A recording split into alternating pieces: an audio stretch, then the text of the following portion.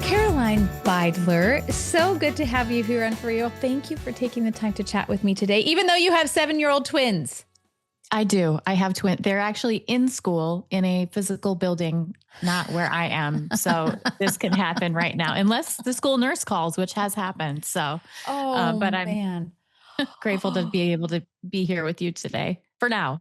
Thank you for taking the time to do it. And I know we just chatted about how your most recent book just released a week ago. And so I am in awe of your makeup job and concealer. Maybe you're young. Maybe you don't even need concealer. No, it's all the filters. No, I'm in my mid 40s. I have invested in some really good foundation.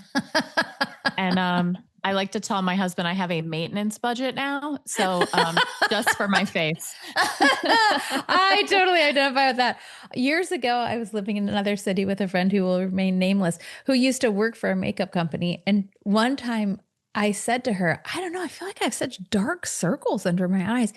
It was like I had handed her the Holy Grail. She said, I know what to do. Let's go right now to the mall. I think she had been waiting for me to admit my cry for help, because she basically pushed me into the car. It was great. It changed my life. She taught me how to put makeup on, but I know now that she'd really been wanting this to happen. So I get maintenance budget. You're too young for a maintenance, but I get it. Caroline, I'm very excited to talk with you today because you have written into and you work into a space that is so in desperate need for honest voices and helpful voices and hopeful voices.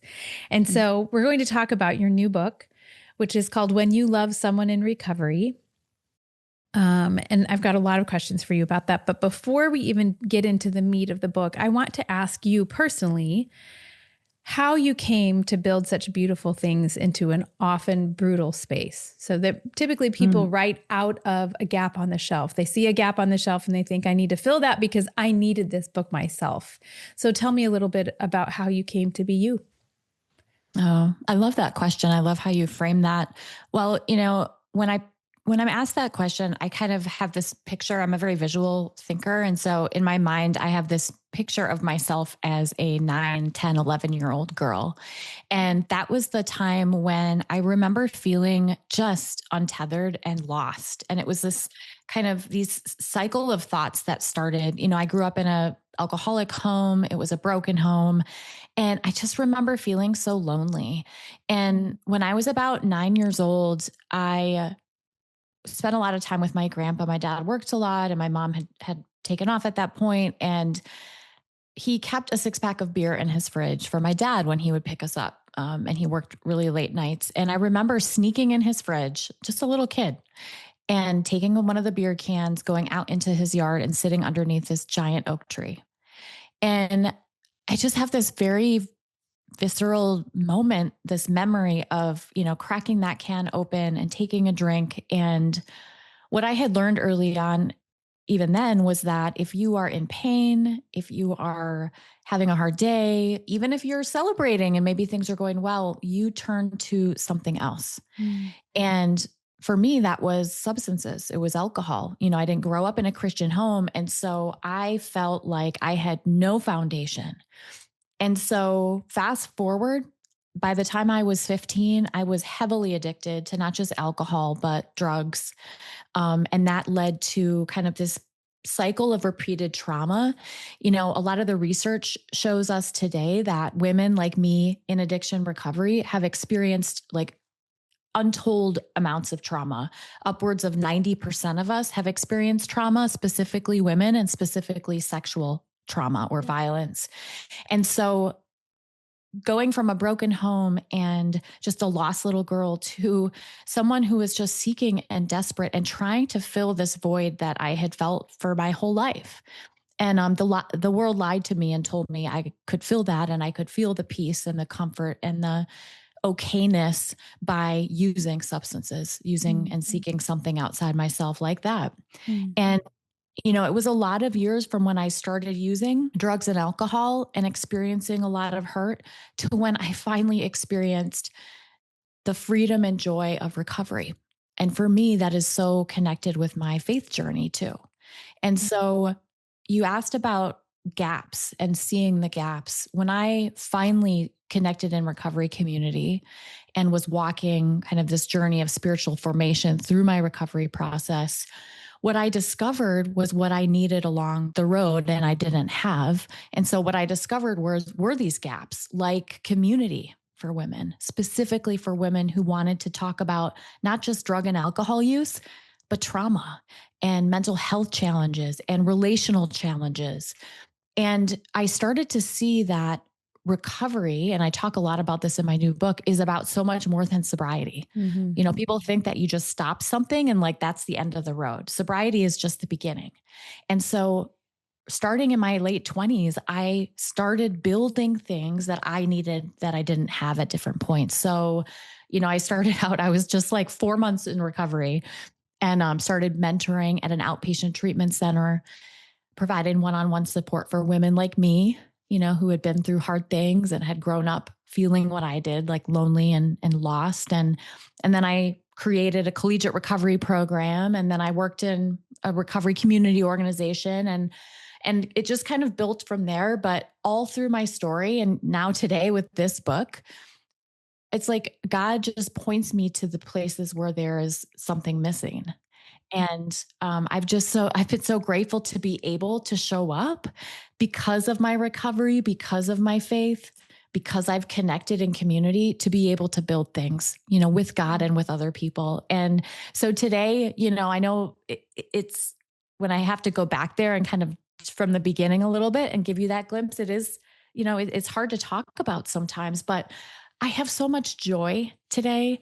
And I like to tell people, I can't stop talking about recovery because it's amazing. And because there are so many people like me still sitting under that tree. They're still lost. They're still seeking and they're still wanting to find that comfort and find that peace, but they just don't know where to look. And I think that today, especially today, our young people are really facing some things that, even those of us who've been through hard things have not experienced. And one of the things I'm really passionate about, and this book does this well, I believe, is defining what recovery is so that people know, like, where are we headed? What is the journey all about? So if you have a loved one, maybe you're listening, your daughter, son, spouse, partner, neighbor, pastor is in or seeking recovery. What is it? Number one. And number two, how do you support them? How do you show up and help? So that's just a little bit about kind of where I started and why I'm so passionate about filling those gaps and those needs today. You do a beautiful job in the book of unpacking what the idea of recovery even is. And so that was very helpful. I think you do a very kind gesture, not only for people who are in recovery, thinking about going through recovery or starting recovery treatment, and also the people who love these folks. And that is a unique voice in this space, to have someone who has both walked some of this road and also walking the road with others. You make a point to distinguish. Recovery is a little bit slippery as a word, and I think you do such a beautiful job of helping us have some things to hold on to in your book. And I want to ask off the top, you say recovery is not just, as you said, sobriety. It's not just the absence of an action or abstinence from something, but it's also an adding in. So here's that idea of the gap again. You seem to say, I think what you're saying is we don't just take something away, we fill that space with other things. So can you tell us why that's an important distinction? Yes, absolutely. Well, again, I'm a researcher kind of in my heart. So I'm going to put my researcher hat on again. Love it. Bring it. Safe place. Okay. Good. What the research shows us today is that between 40 to 60% of people have a recurrence of use or relapse. And for certain substances like opioids or nicotine, that rate can be even higher. So one of the kind of misconceptions about addiction recovery from the past, which I'm trying to dispel in my book, is that, recovery or even sobriety is kind of this one and done thing. You go to treatment, boom. And then you're able to stop X, Y, or Z substance. And then you're either in recovery or however you want to define that. Well, the reality is it is a journey and a process. And so it doesn't start or even stop with that abstinence, like you just mentioned. What we know today is that over time, what's needed along someone's recovery journey is more than just that abstinence piece. It is adding things like physical health, different types of practices and rhythms. I'm all about rhythms, mental health. So, ways to address that. It's also about making sure that we have built up community and social support, which is the number one way to ensure sustained recovery over time. And that's one of the reasons things like AA, NA, Celebrate Recovery, fellowship based, community based programs are so successful. And one of the other pieces of that, and I talk about these as pillars of recovery in my book, is this idea of purpose or service. So I would say 100%, and this is anecdotally, I would love another academic or someone to actually study this, but all of the people that I know in long-term sustained recovery today give back in some form to their community, either to the recovery community, or maybe it's working in a church ministry, or, fill in the blank. So physical health, mental health, community, and service are a huge part of what makes someone's wellness, recovery successful over time. And so when we think about, again, going back to those rates of relapse or recurrence of use, I think we need to look at, and as family members and loved ones, walk alongside that person that we care about. Maybe they went to treatment and they found sobriety. They're maintaining that. Maybe they're going to meetings and they're sober. But what about all the other pieces? What about all the other parts of the recovery journey that is going to make sure that this is a sustainable way of life over time? Mm. And so I think when we look at some of those misconceptions, it helps broaden our compassion and also provides kind of these clear ways to have calls to action as loved ones and family members. So hopefully that provides a little bit more information behind that statement that recovery is more than sobriety. I think when we start to understand that and make sure our loved ones and affected family members know that, it's really going to help people, and I think reduce those rates of recurrence of use, but it's really going to help people over the long term. I was talking with my mom this morning about you and about your work. And I said, I think this book should be on every shelf, because I don't know anyone who has not been in some way affected by addiction, substance misuse, either themselves or someone that they love. And your book is chock full of resources. So I want to say that off the top so people know it's your book is so incredibly useful and in such a great spot on our shelves to take off the shelf over and over and over again. And one of the things I appreciated, and I'm glad you said you're a research nerd. I got it. I figured. Your endnotes are fantastic. Your resource pages at the end of the book are ridiculous. So great, just chock full of so much goodness. One of the things that you cite, one of the areas of research that you cite, very new to me, you talked about the intersection of addiction and neuroscience. I had heard bits and pieces of this. We see sound bites or little bits in the news about what folks are learning, but you have the mic, sister. I would love for you to hear, or I'd love for you to speak into this, because we have to understand the brain better in order to understand addiction better. And so help us. Tell me why we need to know about neuroscience when we're thinking about folks that we love or ourselves who are struggling with substance misuse.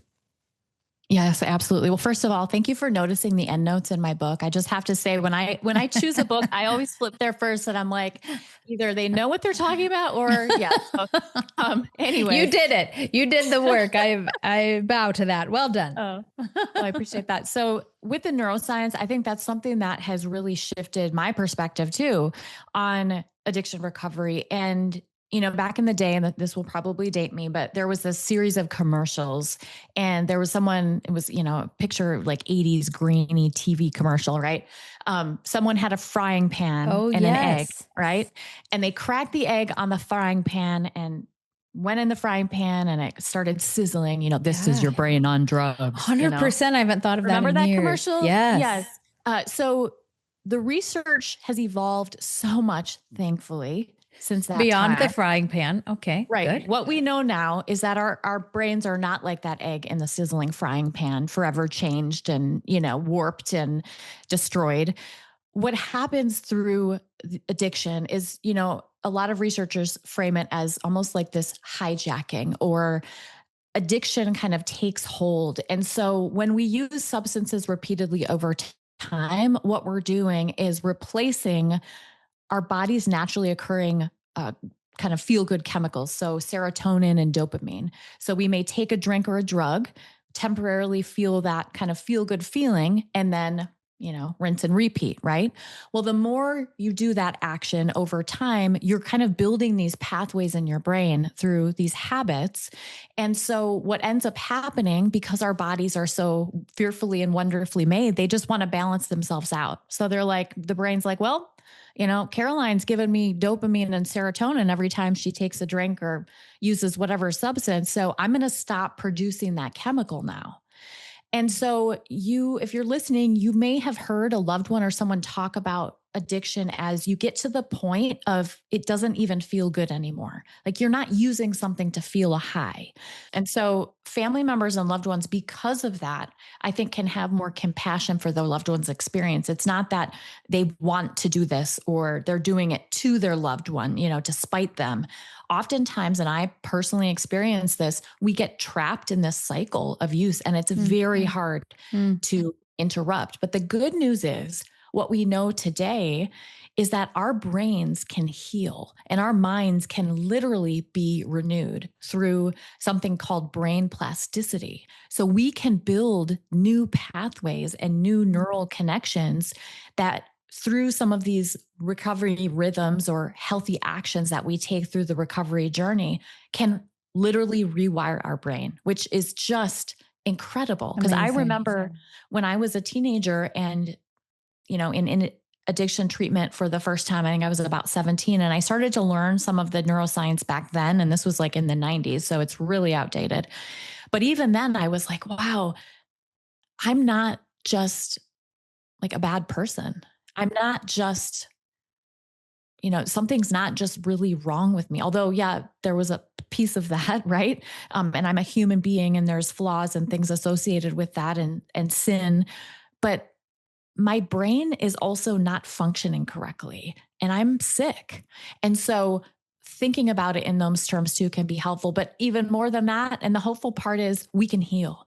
And so I think a lot of times loved ones think, oh my goodness, my person has been using drugs for X, Y, and Z, or my person has been using drugs for this amount of time. Like they're never going to be better or that's just not true. We can change and we can heal. And so I think the neuroscience, which is always changing, and we're always learning more, but what we know today is that recovery impacts the brain and can help us heal permanently. I'd love for you to speak directly to that person that you just mentioned who's been on um, the roller coaster with their loved one for a while. Mm. The idea of someone who's listening right now who is very ready to support and to love and to provide whatever resource would be helpful, but is also just weary and just tired and probably wary Mm-hmm. because of cycles of disappointment and exhaustion. I'd just love for you to speak directly to that person because Mm-hmm. I know for a fact that there are folks listening right now who are thinking, that sounds great. New neural pathways sound wonderful.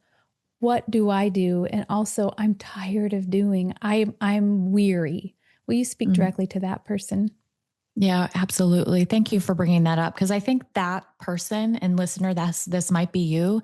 Our stories get lost sometimes when we talk about recovery and we talk about, neural pathways and brain plasticity. And it can feel like, well, but what about my loved one? and maybe your loved one isn't there yet. And you've been praying and you've been waiting, and it's been a hard, long road. And I feel that. I've been on that road too. I'm also an affected family member. And I think what I want to encourage family members with is this: we can set down some of the weight that we've been carrying. And I would encourage, if that listener right now is feeling that heaviness, you know, sometimes we feel like we have this responsibility or the weight of either helping, or maybe something we do might harm our loved one. And I had a mentor early on in my life tell me that, I was really concerned about a loved one that I had. And, I didn't know if she was going to make it. She was using opioids and I was scared. And I just remember my mentor looked at me and she said, there's nothing that you could do in this situation or not do that is going to cause your loved one to, fill in the blank, right?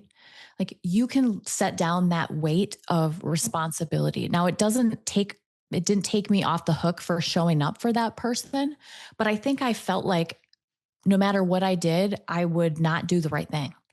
And, when we think about from a kind of a biblically based perspective, I love in Galatians when it talks about carrying each other's burdens. And so if you're feeling weighted down by this issue, I highly encourage you to reach out. And as an affected family member, especially in churches, it can be really hard because we face a lot of stigma, right? We don't want our people, our small group, or pastor certainly knowing, this is going on in our family. But we don't have to feel like we're the only ones anymore. Research shows again that almost every person is impacted in some way, every family, by addiction. And so chances are when you share your story with someone or reach out for help, that person will be like, yeah, me too. Me too. So I want family members and loved ones, and I hope this book does that, is let folks know that it's not about what you say or don't say. It's about how we show up and learn how to love well. And when we can't do that, when we're tired of showing up and we're exhausted, it's okay to set that weight down and ask for someone else to step in. There's a story that I learned and heard when I was doing some research for this book, and it was an affected family member. Her name's Shelly. And she told me that when her son was in addiction treatment, she was a part of a small group at her church, and he was in high school and he was in, getting some type of inpatient treatment. And she said, while this was going on in the same small group, she had a friend whose daughter was going through cancer treatment. And she said for her friend's daughter and for her friend, all of the people came around with all of the things, right? The meal trains and the prayer chains and, dropping casseroles off, sending cards and flowers. And she said, I just remember feeling so alone because my son was sick too.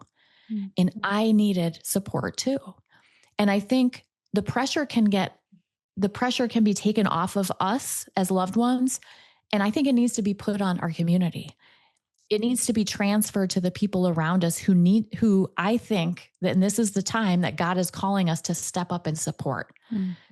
So if you're the person who is struggling and you have that person, that you're feeling tired and overwhelmed, reach out for support. And if you're listening and you know what, your person's in recovery and things are going well, or maybe, you're not as personally impacted, maybe it's time that you look around you and see who is and step in and support, because this issue, again, impacts everyone. So hopefully that's encouraging. Hopefully I answered the question. You did. But yeah, you touched on a really, really important part that I think gets missed a lot. There are layers here, and part of what, as you're speaking, and I'm imagining the small group that you're mentioning and just folks that I've known throughout the years. And right now I have friends who are really wrestling with one particular word, and you untangle this a bit in your book, but I'd love for you to say a little bit right now. And the word is enablement. Mm-hmm. This word causes all sorts of strife in folks' homes and in their hearts, and people who love people who are in the throes of battling, and who have spent sleepless nights wondering what is the best way to love the person that I love without quote unquote enabling them. You say that as family members and loved ones, we can reinforce ideas and behaviors. You just mentioned that, but we're not on the hook to directly cause them or enable them. So for the mom who's listening, or the sister who's listening who really wants to do right. I have seen families divided by this, that Mm, one sister's version of how to help a sibling is very different than the other. And that causes all sorts of pain and heartache. How do mm, we know? How do we know when helping is hurting? That's a mhm. big question. And so you can go wherever you want with this. And I know there are a lot, I'm trying to be tender even asking this question because it's hard to even put words to the amount of pain implied Mhm. by all parties when I Mhm. ask. But tell me, if someone comes to you and asks you that question over coffee, what do you say? Well, I think this is one of the questions, like you said, is that weight that so many families are carrying. And what's been really harmful, I think, over the past couple decades are terms like enabling, tough love, even Right. codependence in some situations have almost been distorted. And I've used the word, and I know it's very strong, weaponized against families, because not only are families and loved ones dealing with the weight of whatever their loved ones going through in their struggle through addiction and into recovery, but now they have to carry the weight and shame, the guilt of saying the wrong thing, doing the wrong thing. I have to draw these firm boundaries, or, if I do this, then they're going to do, and I think that the world has just put so much guilt on families, and it's had the opposite effect. It Mm. has not been helpful for the family member. So I think, what I do in the book is really try to redefine this concept. And there's a family recovery advocate, Pam Lanhart, who talks about taking that concept of tough love, which is kind of connected to that, because in the past, treatment providers have shared, if you want your loved one to get better, you have to show tough love. You have to, cut them off. Don't answer the phone. Don't let them in the house. I mean, really severe boundaries, or you're enabling their behavior. Pam Lanhart talks about, instead of tough love, we need to learn how to love well. And so, what does that look like? How would we show up for anyone who's hurting? And I think, in scripture, there's a lot of amazing stories, the prodigal son and the Good Samaritan, and all these stories that talk about almost this radical love, this compassion that, and I love that I have it right here, the story of the prodigal son, you know, but while he was still a long way off, his father saw him and was filled with compassion for him, and he ran to his son while he was still a long way off. And so, how do we do that? I think instead of looking at, are we enabling or not? Should we show tough love or not? How do we love well? How do we run to our loved ones when they're still a long way off? How do we show compassion? When we're feeling tired, like we just talked about, how do we invite people into our story so that they can love for us when we can't, when we're too tired? And yeah, I think being able to change the narrative around this, and there's so many advocates like myself who are doing this right now, and I think really going to be having an impact in the field of recovery in a positive way because of it. But I think what our loved ones need from us, and what I've needed from my people over the years, is just that showing up, that listening, showing up and asking, how are you? I remember as a teen, I struggled so much, and people were like, oh my gosh, Caroline, what's wrong with you? Why are you doing this? What's wrong with you that you would do this to our family? I never heard once the question, what happened? What happened that you're using drugs and alcohol as a child? What happened to you? And so, are we asking the right questions, our loved ones? Are we sitting? Are we inviting them for coffee? I remember there's a woman in early recovery, and I invited her over to my house for tea. I set out this, tea. I mean, I didn't have a beautiful spread. I'm not like great at hospitality, but, I had, and she's like, no one ever invited me for tea before. No one ever treated me like this before. Like, are we showering people with love? Are we truly showing compassion? I think there's a way to do this that will open our eyes, not just to be able to, support our loved ones, but I think in a sense help our own journeys, you know, our own faith, our own spiritual formation through that process of learning how to love well.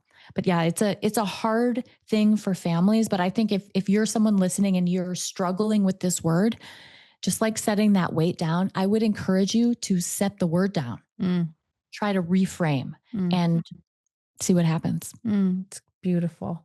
I'm going to gently say I don't agree with you saying that you're not great at hospitality.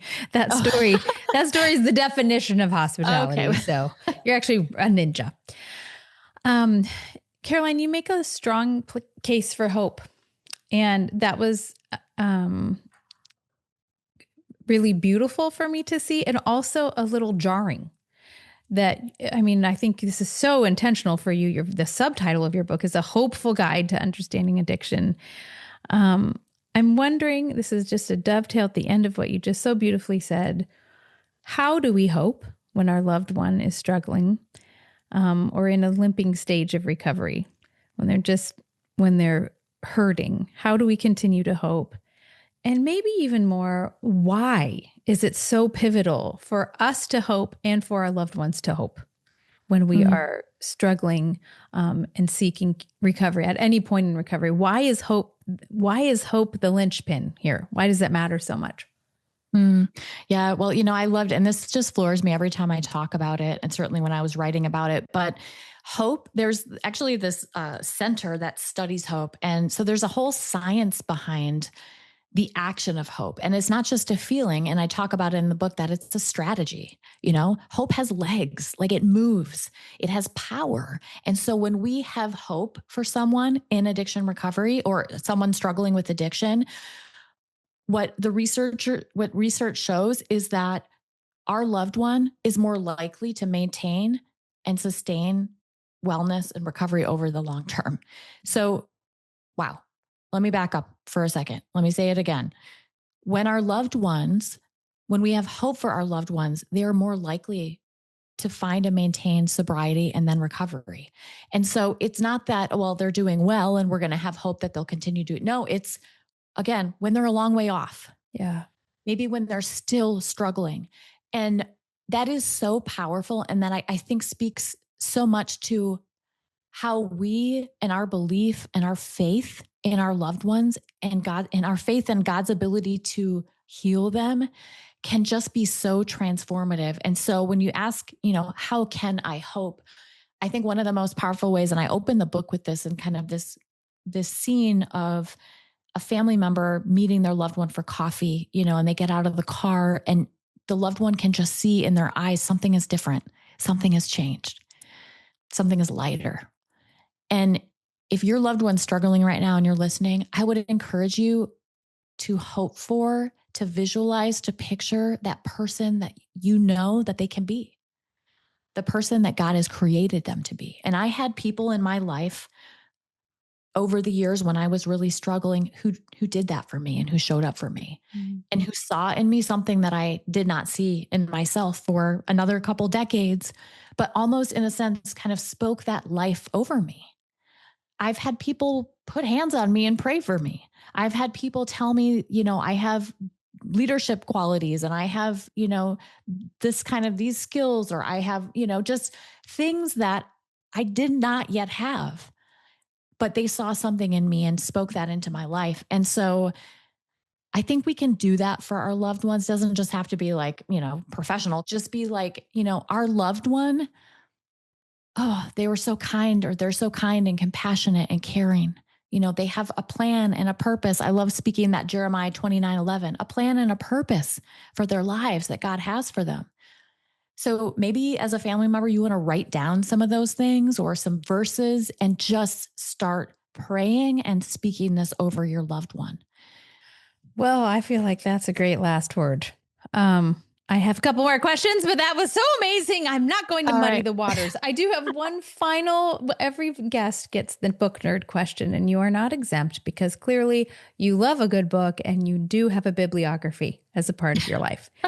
So before I let you go, Caroline, what are And I have to say to our listeners, if you're looking for further resources, and really just this book itself is just a monster resource, please pick up I don't always do a book plea at the end, but I really would highly recommend When You Love Someone in Recovery by Caroline, because she has laid out such practical, zoom lens, granular things on today, what you can do today, but also an overarching idea of how we can be hopeful in understanding addiction for ourselves and for people we love. So that's the plug. Unsolicited. I got 0 free copies for that.